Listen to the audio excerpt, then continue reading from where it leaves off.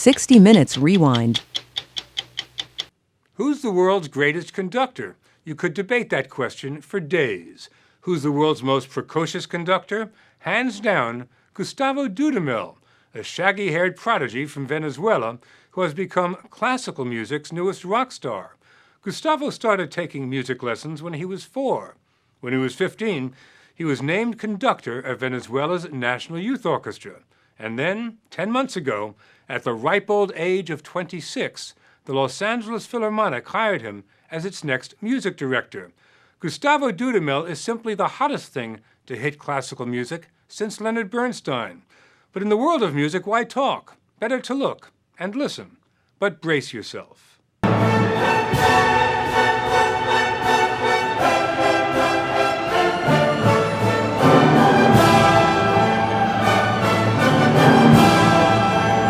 Aside from the hair, the first thing you might notice about Gustavo Dudamel is the joy.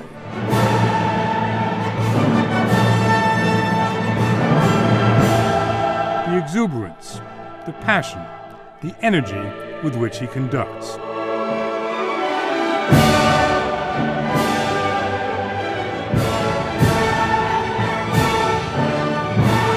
The hair bounces, the arms fly. He is a man possessed, conducting Beethoven, but doing a ballet.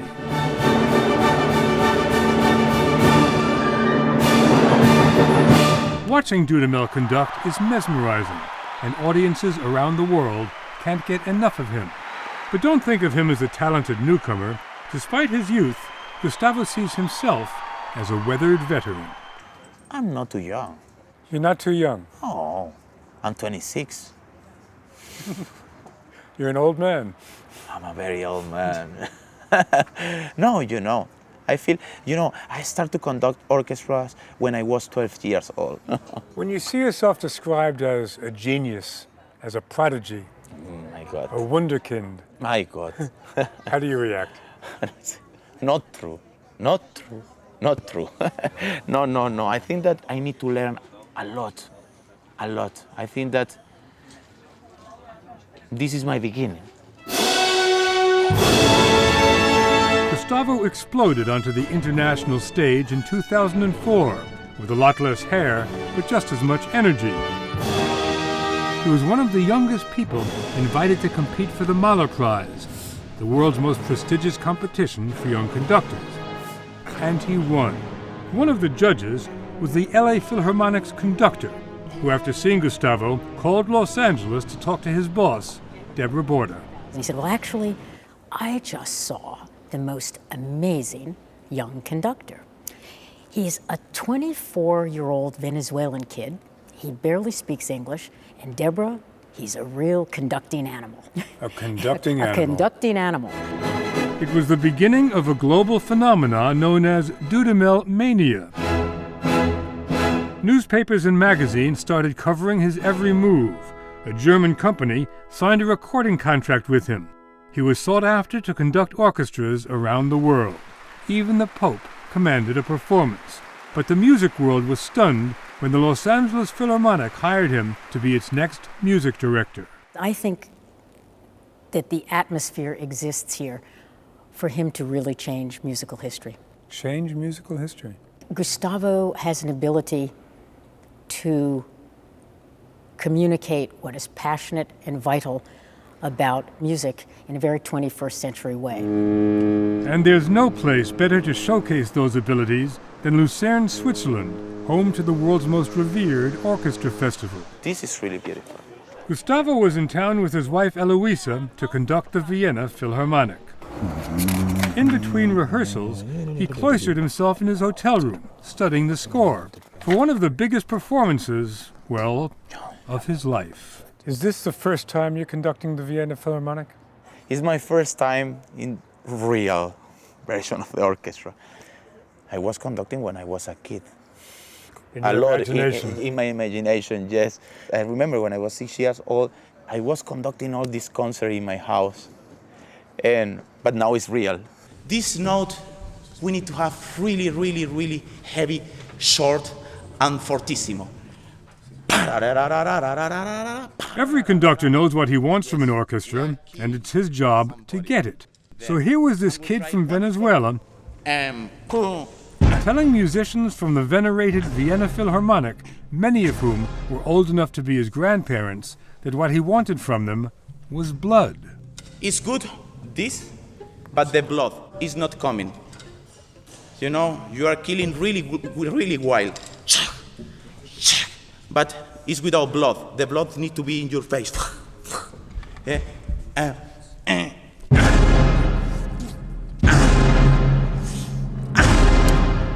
Now we have blood, a lot. When you're conducting, you look like you're utterly transported. Can you describe what's going through your mind? It depends about how I feel. You know, you can make different pictures of what is happening, but always is different. Gustavo doesn't rely only on his hands to let the orchestra know how he wants them to play. He tells the musicians what he wants them to feel. But this is like, you know, this is beautiful, but it's like you are telling something like, you know, I love you. I want to kiss you. Hey, I'm loved. No. It's something like you are here very close and you say, I love you. And she will be, ooh, yes. Da-da-da. We are telling, we are speaking to her or to him, whatever, really normal. And we need to convince her to go to the church.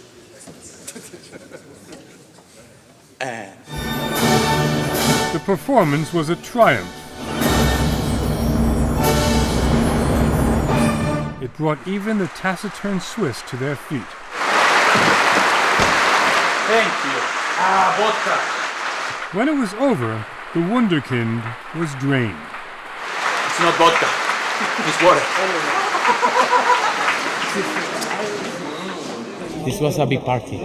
I feel very happy. I have more energy now. The story will continue after this. The party continued in Gustavo's dressing room with Daniel Barenboim, the celebrated conductor and piano virtuoso, and one of Gustavo's most important mentors. Barenboim had advice for his protege. Give it up. Become a shoemaker, a carpenter, a plumber, but don't conduct. Were you nervous for him? No. He knows what he's doing, he knows what he wants, and he knows how to get it. What more can you say? I hope America doesn't spoil him. Spoil him? In a place like Hollywood? Not a chance. The LA Philharmonic's board of directors, he's a board member, threw a welcome party for the Dudamels. You're gonna love LA! In a house which could have been a theme park for the super rich and super cool. ¿Cómo estás? Todo bien. We're a long way from Barquisimeto, huh? Long way, but wonderful way. Barquisimeto, Venezuela, 3,500 miles and several worlds away from Los Angeles.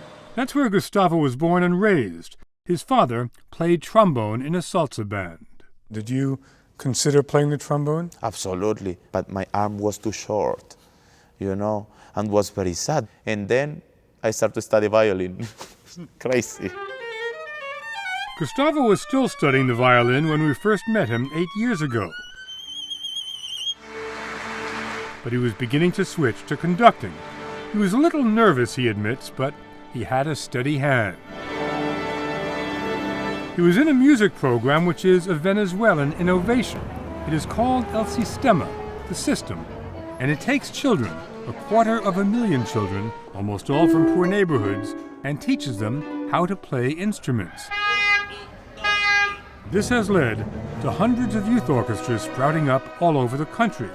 But El Sistema is less a music program than a profound social movement that takes kids off the streets, takes them away from crime and drugs and despair. The music saved me. I'm sure of this. With all these bad things around you, you are exposed to these things very close. The music gave me a way to be far, far away of these things. Gustavo and Eloisa go back to Venezuela whenever they can these days.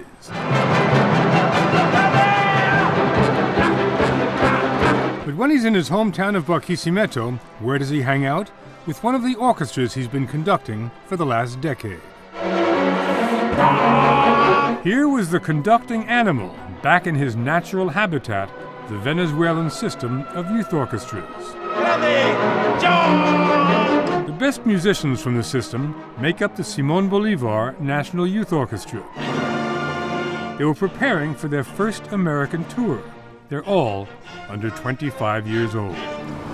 The first stop on the tour was Disney Hall in Los Angeles. This is wonderful. This stage becomes his when he takes over the LA Philharmonic in 2009. But much of his work, he told us, will be off stage. Now we will start a project with the young people from the poor communities here in LA, like in Venezuela. Do you feel like you're the ambassador of the system? In a good way, yes. I think that it's not Gustavo Dudamel, it's the Venezuelan system. Members of the orchestra went into schools throughout the city to show California kids what the Venezuelan system is all about. What do you want the audience to see and hear and feel? The joy to play music we will show to the people. And the people can see that you can change the life of people with music. But before any of that could happen, long before the curtain calls, I need to go to the bathroom. the call of nature had to be answered. Give me 1 second. It's just right here. Just right here. We're holding for the maestro.